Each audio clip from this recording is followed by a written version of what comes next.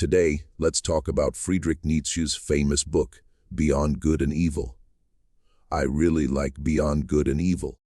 Beyond Good and Evil is one of Nietzsche's last books, meaning it's from the time when he was very mature. His thinking had matured, and he had come into his own system. This is one of the books from that period. And in this book, Beyond Good and Evil, there are 9 chapters. The first chapter contains 23 aphorisms. So, today, in this first episode, we will try to cover the first 10 aphorisms of the first chapter. I don't think we can cover more than that in an hour. I don't know how other people make videos covering an entire book in 1 or 2 hours. I don't know that method, so there are 9 chapters, 23 aphorisms in the first chapter. Today, in this first episode, we will cover the first 10 aphorisms. Let's start reading. First aphorism, I'll read from the book first, then explain it. The will to truth which is to tempt us to many a hazardous enterprise. All right, the first chapter, which is one of the 9 chapters, is titled Prejudices of Philosophers. That is, what prejudices or biases do philosophers have? So, this will talk about philosophers. Now we're reading the first chapter's first aphorism.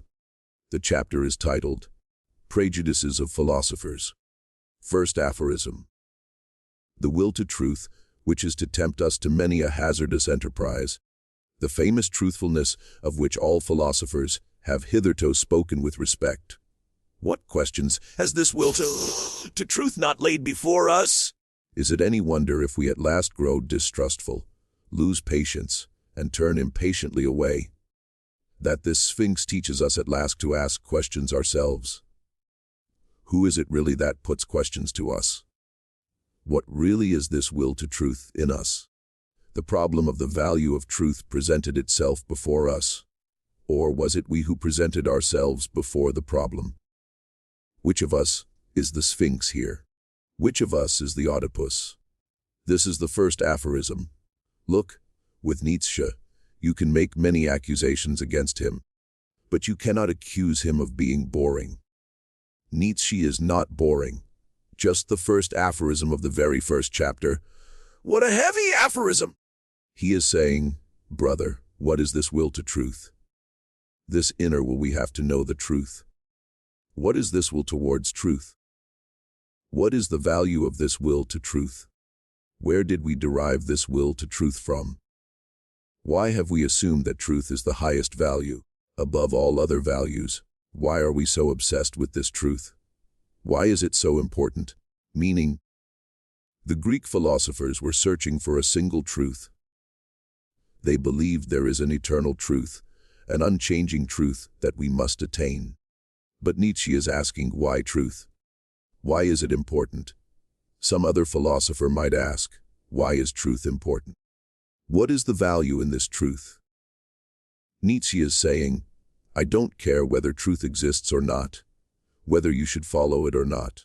Just tell me its value. What is the value of this will to truth? Because Nietzsche understands that some truths can be deadly, meaning some non-truths are good. You can live with non-truth. Here Nietzsche isn't talking about the value of truth. Nietzsche simply wants to know the reason why we are so obsessed with this will to truth. What is its value? Nietzsche says you can live with false fictions, you can live with your lies, you can live with your non-truths. Notice, in this first aphorism, Nietzsche mentioned the Sphinx and Oedipus. It is very important to know about this. This is a play by Sophocles, Oedipus Rex, a Greek tragedy from the time of ancient Greece. Among the 25 or 26 plays from 3 major writers that have survived, this is one. Oedipus Rex is a very famous Greek tragedy. What happens in it? The city of Thebes has a sphinx sitting at its gates. The sphinx is a mythological character, an Egyptian mythological creature. It has the face of a woman and the body of a lion. If you've seen the Egyptian pyramids, there's a sculpture of it right next to them. So the Sphinx sits at the gates of Thebes and says, "Whoever correctly answers my riddle may enter the city." Whoever tries and answers wrong will be killed. And if you give the correct answer, I will kill myself and you may enter the city. So if you answer the riddle correctly, you enter the city. If you answer wrongly, she kills you. Oedipus goes and answers the riddle correctly. The Sphinx kills herself. Oedipus enters the city, becomes king, kills the previous king, who was his father, and marries his mother. He has several children with her. Later, when Oedipus discovers he has married his mother, she commits suicide, and Oedipus gouges out his own eyes. This is the famous Greek drama, a Greek tragedy. So Nietzsche is saying, brother, why are you chasing truth? We are the Sphinx. We are Oedipus. Where did this will in us come from? What is the value of this will? If Oedipus had given the wrong answer, he would have been killed. But even giving the right answer, what happened to him later? In our quest to know the truth, we end up destroying the false fictions that have sustained us. Meaning, Nietzsche wants to know this will to truth within us, brother. What is its value? Why are we so obsessed with the truth? Who can ask such questions? What is the value of truth? Nietzsche, after Plato, was the greatest question-posing philosopher. What a huge question, man! Only Nietzsche could ask this. Are we Oedipus or are we the Sphinx? Why have we become so obsessed with this truth? Let me explain this first aphorism about the value of the will to truth with a couplet by John Attles likely Alama Ibokobel. John says, "How blessed are the secrets of existence, that we came unaware, and unaware we shall go." Meaning, it is a blessing that we don't know the truth. Truth could be deadly. We might be preserving life better in our non-truth, in our false opinions. What a couplet! It contains a whole philosophy. One could spend an entire night reflecting on this couplet. Let me recite another couplet by John. How blessed am I to not be in my senses, O Sheikh. The wine is saving you. All right, let's move on to the second aphorism. Now Nietzsche is describing what the Greek philosophers used to say. These Greek philosophers asked, how could anything originate out of its opposite? For example, truth out of error, or the will to truth out of the will to deception. Nietzsche says, whoever dreams of this is a fool. Even the cleverest among them thought that things of the highest value must have a different origin, an origin of their own. In this transitory, seductive, illusory, paltry world, in this turmoil of delusion and cupidity, they cannot have their source. Rather, in the lap of being, in the intransitory, in the concealed God, in the thing in itself, there must be their source, and nowhere else. Look, the Greek philosophers, like Plato, introduced the realm of the senses and the realm of the forms. This is the realm of the senses. That is the realm of the forms. This is the realm of becoming. That is the realm of being. That is the truth. This world is just transitory, seductive, luxurious, poor or deceptive. Illusion. The real reality is where being is. Being can also mean God, completeness. This is transition. This is a place of change. The reality is the final, the hereafter, the thing in itself. He is also attacking Kant here. Nietzsche is saying that the ancient Greek philosophers used to say this world is a lie. The real world is the realm of the forms. That is the perfect world. This was essentially introduced by Plato, so Nietzsche is mocking them. Those guys couldn't understand how anything could originate out of its opposite. How can something take birth from its opposite? This is dialectics. They couldn't grasp pure dialectics. Let me explain so you understand. The philosophy of becoming began in the 18th and 19th centuries, meaning everything is born from its opposite. This is the philosophy of becoming, the philosophy of dialectics. Let me explain this to you. This is basically a Hegelian concept. So, I'll explain it to you in detail, so you understand how anything can originate from its opposite. Let's start from the beginning Descartes, then Kant, then Hegel. First, modern philosopher Descartes. Descartes said, "I think, therefore I am." He said he can doubt everything. In his first meditation, he says he can doubt everything, but he cannot doubt that he is, that he exists.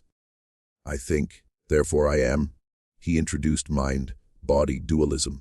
He said there is a body's corporeal material and an incorporeal mind, and they connect via the pineal gland. After Descartes, later philosophers said, "No, thinking is a very mediated, determined thing. Thinking comes much later. I exist even before thinking.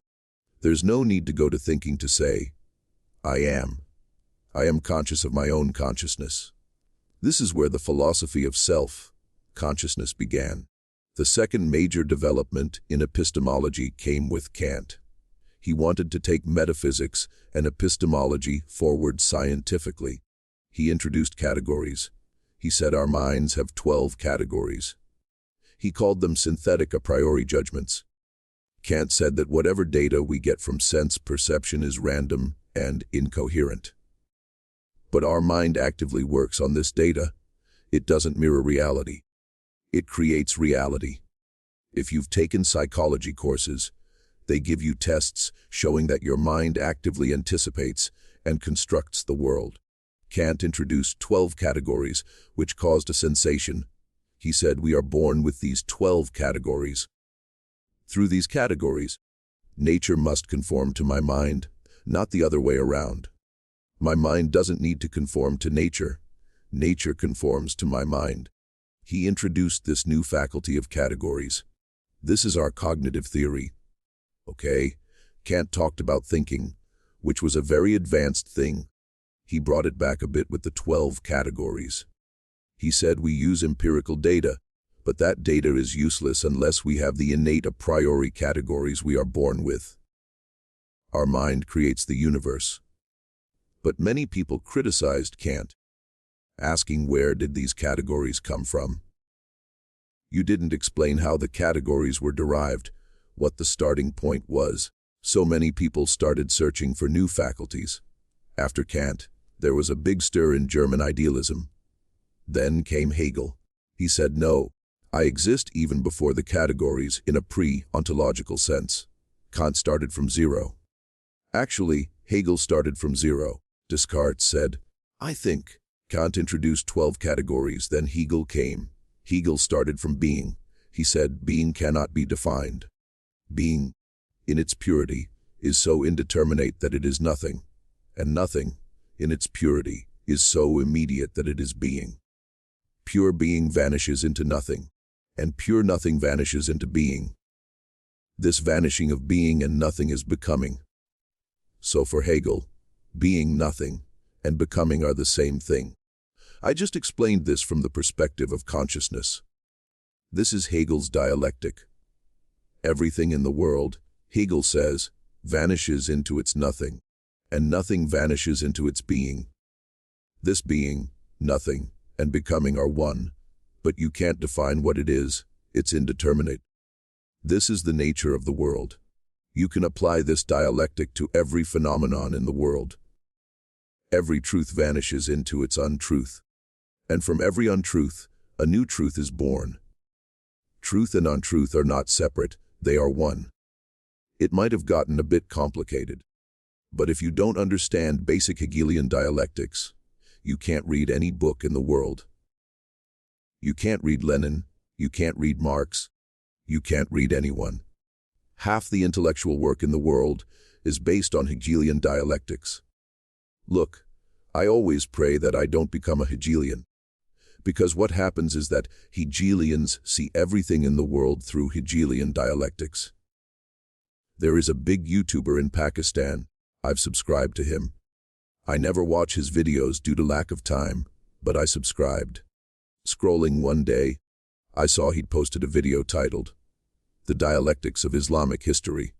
He sees dialectics in Islamic history too, because he's a Hegelian, a Marxist, a leftist. What I mean to say is that once you become Hegelian, you see everything through dialectics. All right, I explained it from the perspective of consciousness. Descartes said, I think. Kant brought 12 categories. Hegel started with being, and through his logic reached dialectics. Being vanishes into nothing, nothing vanishes into being, and this process of vanishing is called becoming. Being, becoming, and nothing are one and the same, and yet they are not. And you can apply this dialectics to any matter in the world. Every truth gets buried in its own lie. Nietzsche is saying, Baba, this is reality. Saying truth is there and lies are here is wrong. Truth emerges from lies, and lies emerge from truth. They are one and the same. Let me give you an example that Hegel gave. Hegel gives the example of Antigone, a Greek tragedy. What happens in Antigone? This is a drama by Sophocles. In Antigone, King Creon says to Antigone, I will not allow your brother's corpse to be buried inside the city because he committed treason. Antigone says, no, I will bury him. The king says, our rules, customs, traditions say he cannot be buried. Antigone says, no, our rules are traditions. Brother, for the Greeks, the funeral rites for a dead body are very important. If you've read Greek tragedy, or if you recall the Iliad, where Achilles mistreats Hector's corpse. Mistreating the dead is very bad in Greek tradition, so both are standing by their traditions. Both the king and Antigone are right. This is dialectics.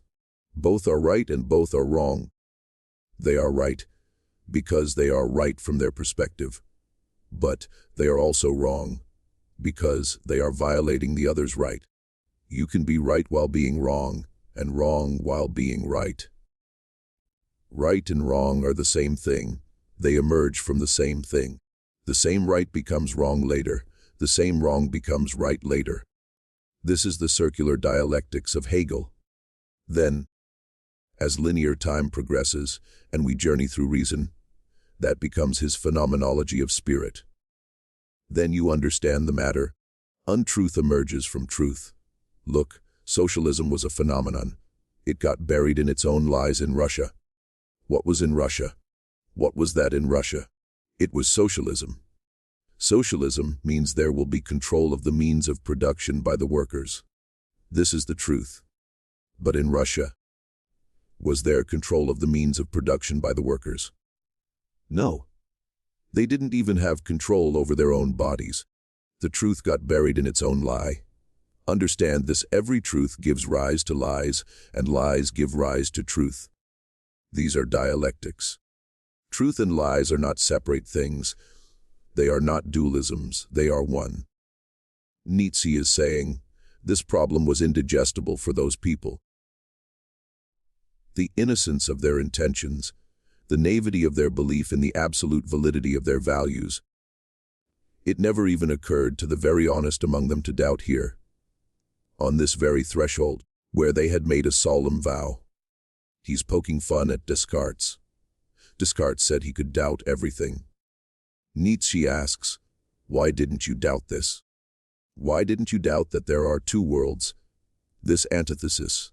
This is the realm of the senses. That is the realm of reason. You didn't doubt this at all. You were pretending to be great doubters.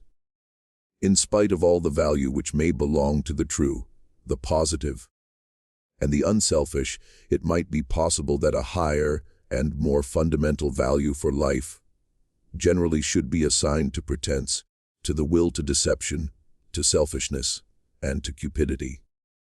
He's saying it's possible that lies have more value. We might have to assign more value to pretense, to deception, to these things. He's using these words purposely to say we might need to assign them higher value. He's saying that future philosophies will work on these purposes. Nietzsche doesn't believe in opposites. Nietzsche says there is no being, no nothing, only becoming.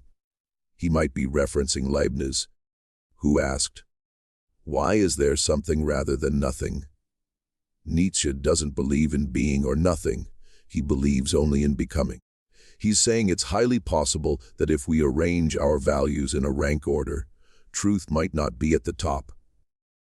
Truth might be lower, because many non-truths preserve your life, And Nietzsche has only one criterion: life preservation. Whatever preserves life is good. So Nietzsche said, it's not necessary that truth is good.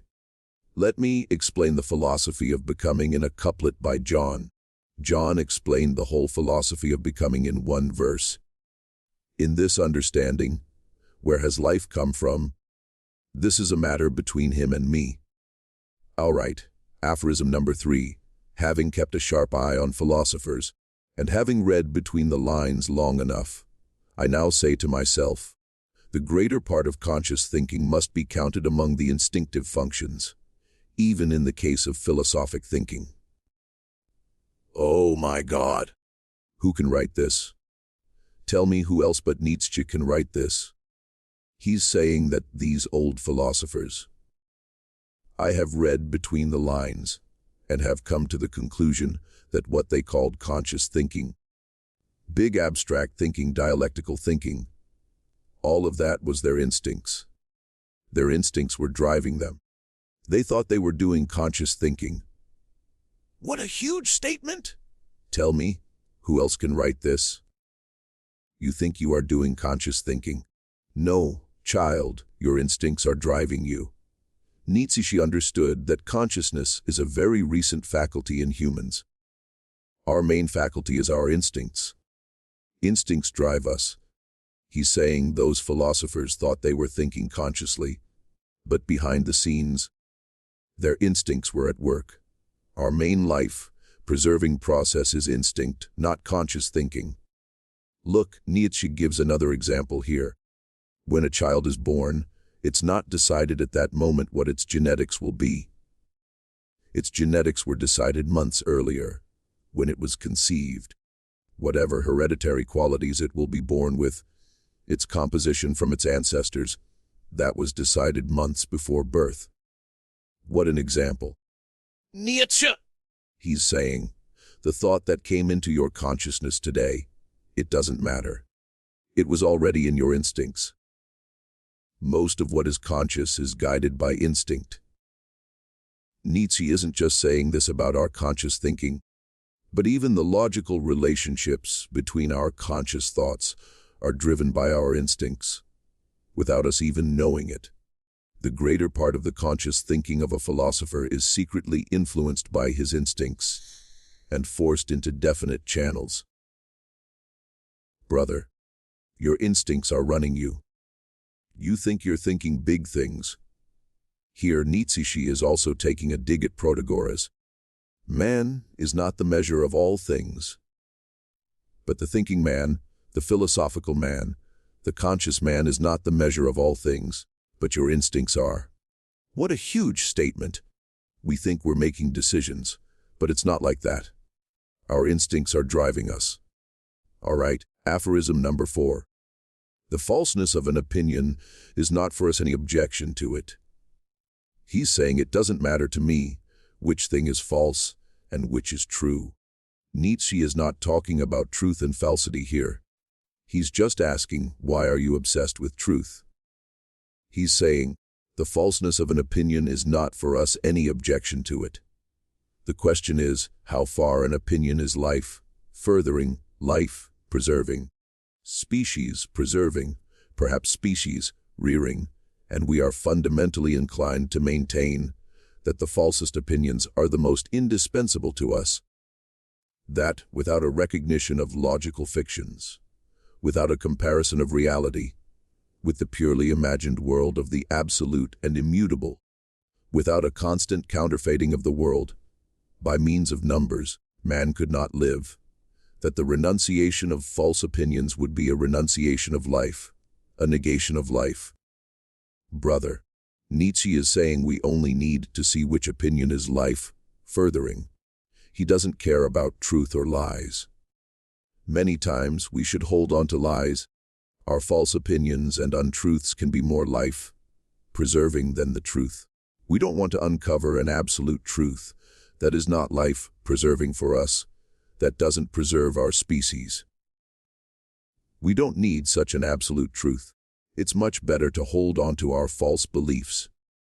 To renounce those false beliefs, Nietzsche says, The renunciation of false opinions would be a renunciation of life, a negation of life. He says hold on to those false opinions. Nietzsche is saying that if we have to give up a belief, brother, then give up this belief that our beliefs must be true. That's a second-order belief. Give up this search.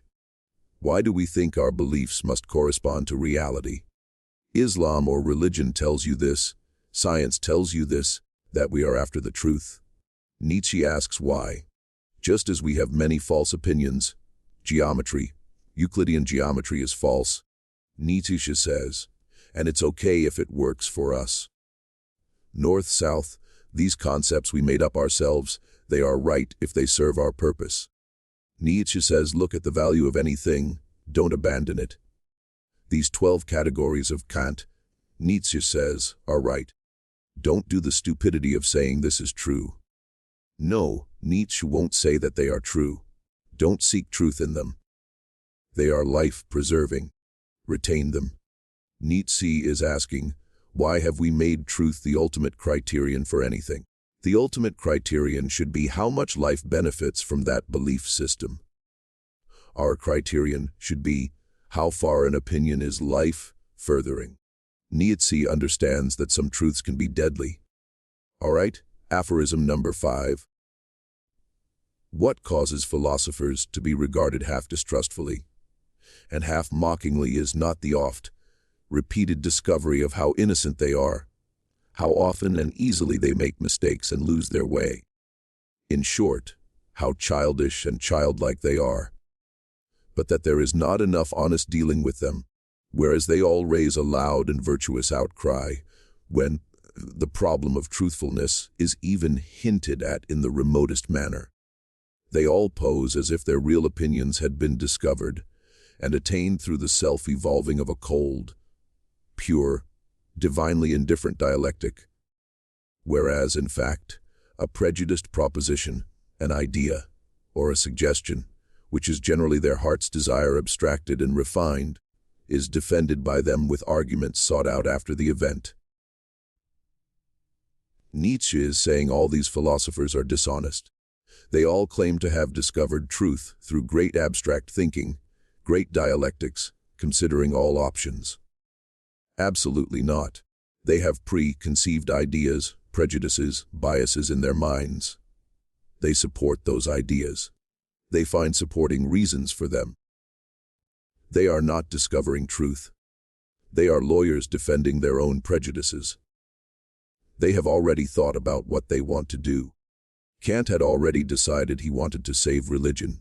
Kant's entire ethical philosophy is about saving religion. Look, Europe had two authorities, the Pope and the King. Both were religious authorities. They got rid of the Pope through the Reformation. Many countries became Protestant, left the Catholic Church. There were many wars, but later they became free. They got rid of the Pope. Protestants did, Catholics also gradually did, like in France where Voltaire came. He was a big fraud. He cheated the lottery in his youth and lived off it for life. Anyway, Kant did it to save religion. In the preface to his first critique, he wrote, "I have to deny knowledge to make room for faith. I am downplaying reason to save religion." Nietzsche says these people aren't discovering anything. Brother, they are supporting their own prejudices. Basically, Kant's ethical philosophy is this: look, they freed themselves from the Pope and the kings, especially after the French Revolution. So Kant asked, why will man feel obligated to do good deeds now? Why will man help others? Why tell the truth? What is the authority now? So, he made reason the authority. He introduced the categorical imperative. His ethical philosophy is called the categorical imperative. It is incumbent upon us, because we have been given reason, that we do good deeds. Kant defined the criterion for good deeds as goodwill. The intention will be judged. Kant said we should treat every human being as an end, not as a means. We shouldn't treat anyone as a means, but as an end, and goodwill is most important. Tell me one thing in today's world. who treats another person as an end. The company you work for treats you as a means, not as an end. Their quarterly results are what matter. Kant thought that if man didn't use his reason, the whole universe would be useless. Reason is such an important thing. So, these people had thought intentions to support religion, and that's why they wrote their philosophy. Nietzsche is saying, you guys are supporting your own prejudices, and at the end of the aphorism, he also calls Spinoza names. He says, how much of personal timidity and vulnerability does this masked invalid betray? Because Spinoza's philosophy is also quite religious. He called him a sickly recluse. He lived alone, didn't talk to anyone. By conversation, it's not like he never met anyone. John Locke went to meet him. He was such a big figure, but he was a bit reclusive, having fled from his community to Amsterdam, which at that time had quite a bit of freedom. Nietzsche isn't saying philosophers shouldn't seek truth. No, he's not saying that. He's saying at least be truthful about your method. Nietzsche never tells other philosophers, Know the truth. Know the truth. no, don't know it. Whatever you did, you did. But why lie? Why claim you did great thinking when you actually supported your own prejudices? You wanted a certain philosophy, and you wrote that. Look, Nietzsche understood that all philosophy is personal. It's personal. Nietzsche also called his own philosophy personal.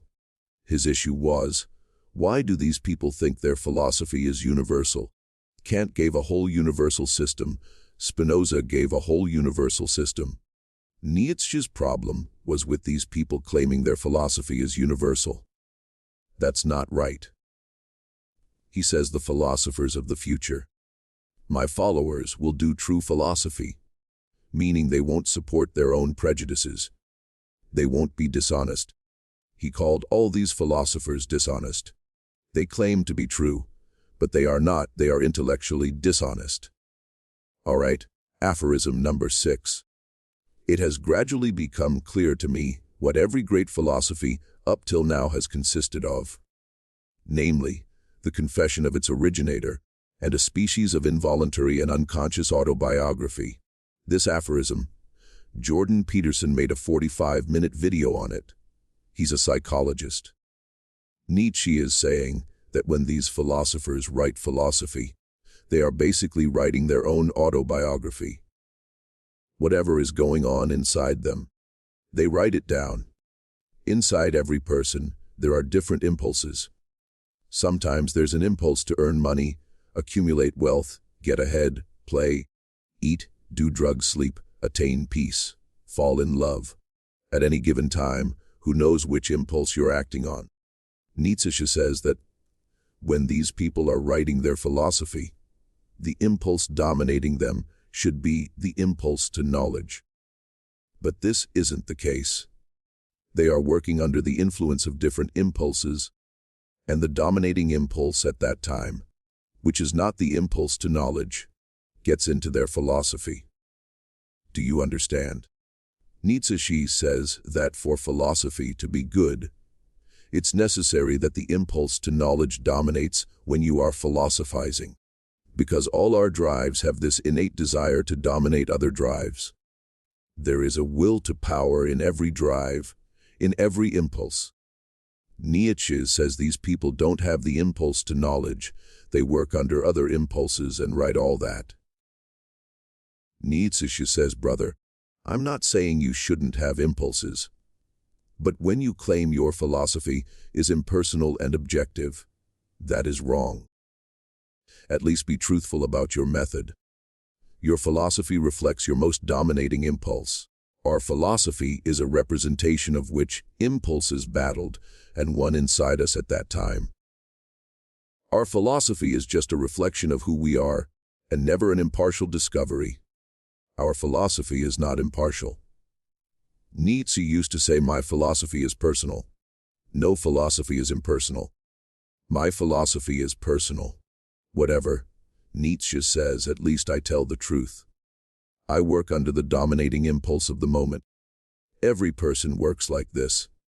At least tell the truth. Nietzsche says when you read a philosopher's philosophy, he is essentially telling you what kind of person he is. A good person writes truthful things. A bad one writes things that reflect the dominating impulse of the moment. No one is impartial.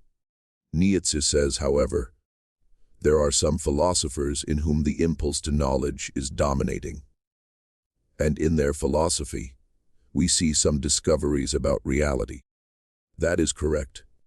He says whatever philosophy they put forward, it is a testimony to who they are. Philosophy can also be driven by the lust to rule, because every impulse is dominating. Sometimes philosophy is also done for the will to power, so that we get respect. Okay, aphorism number 7. This is basically a joke.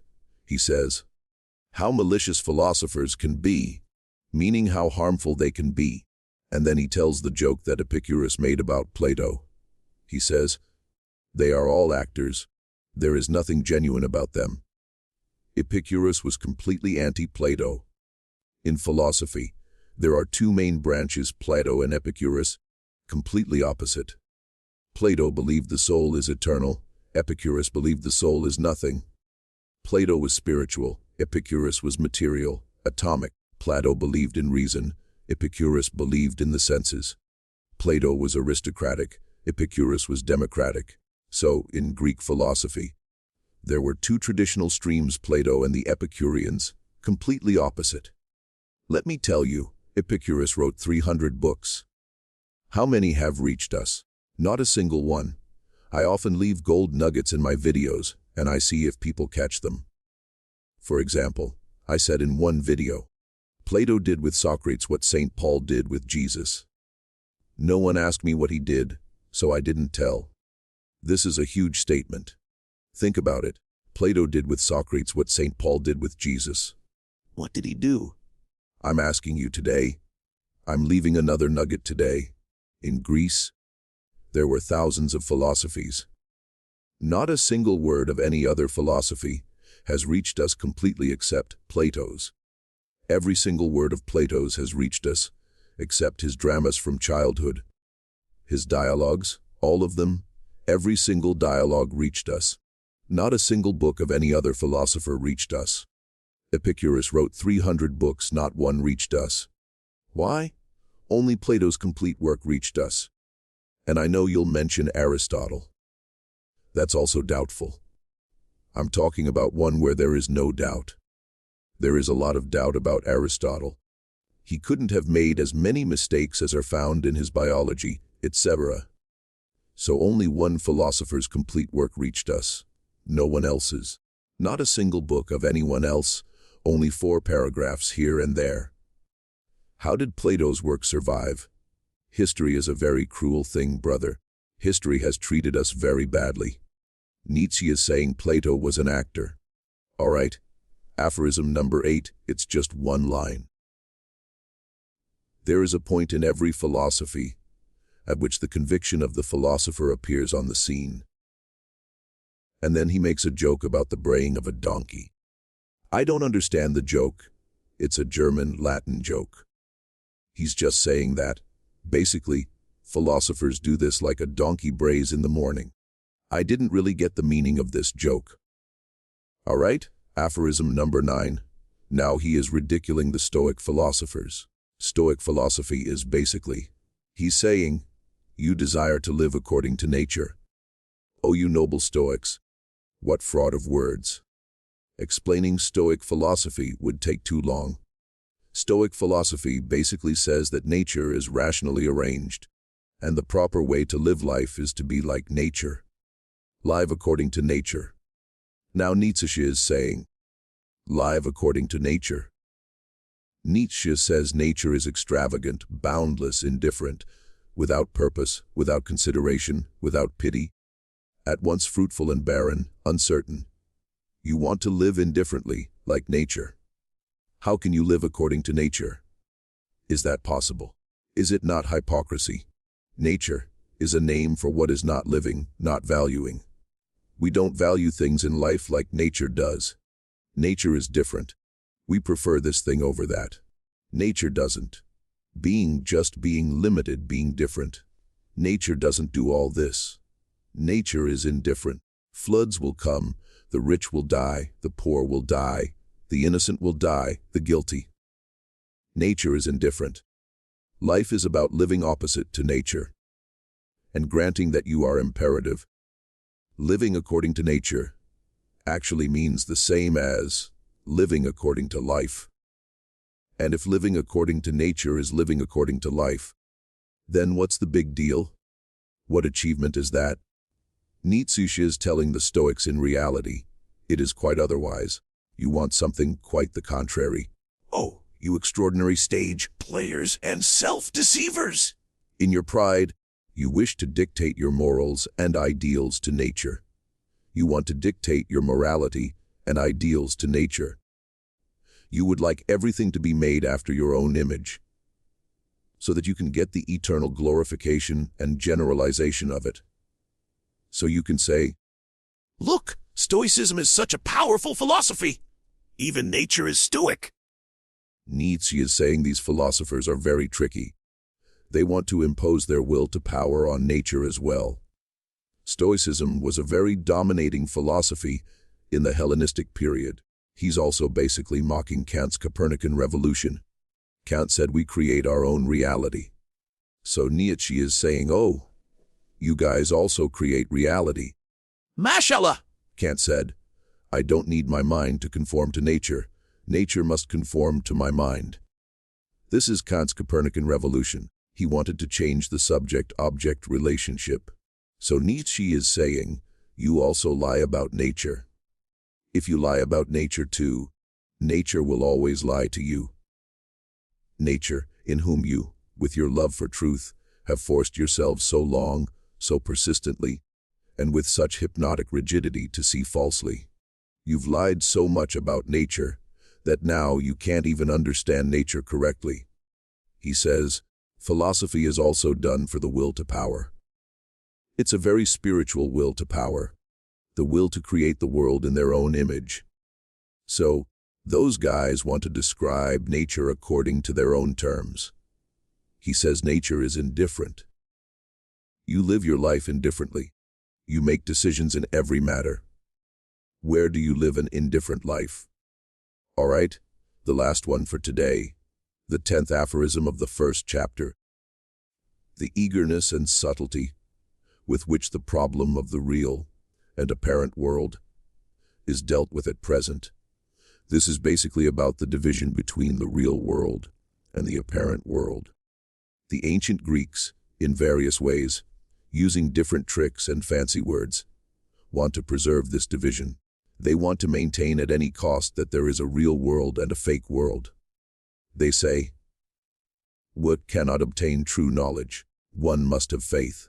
He's saying, these modern skeptics and scholars are secretly allied to the most ancient theologians. He's saying they are still, from the inside, the same old theologians as religious philosophers. They still want to maintain that distinction from the ancient philosophers. So, these were the first 10 aphorisms of Nietzsche's book Beyond Good and Evil. I read them quickly, but you should also read it. If this video gets views, we will cover more aphorisms. So, today we read the first 10 aphorisms. Before I leave, let me recite a couplet.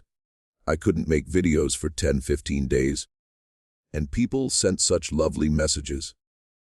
I didn't know my videos were moving so many people, having an impact, making them happy, giving them knowledge, inspiring them.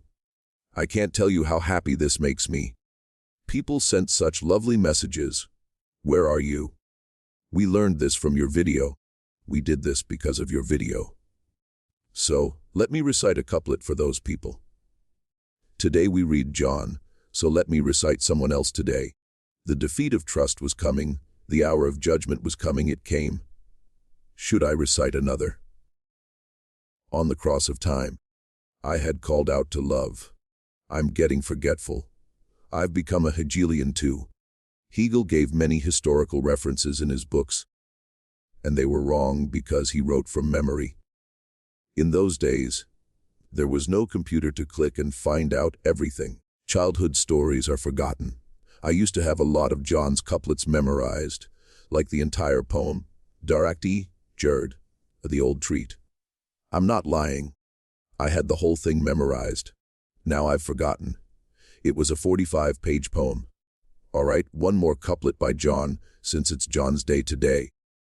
On the cross of time, I had called out to love. Whoever heard my voice must have laughed. Take care of yourselves.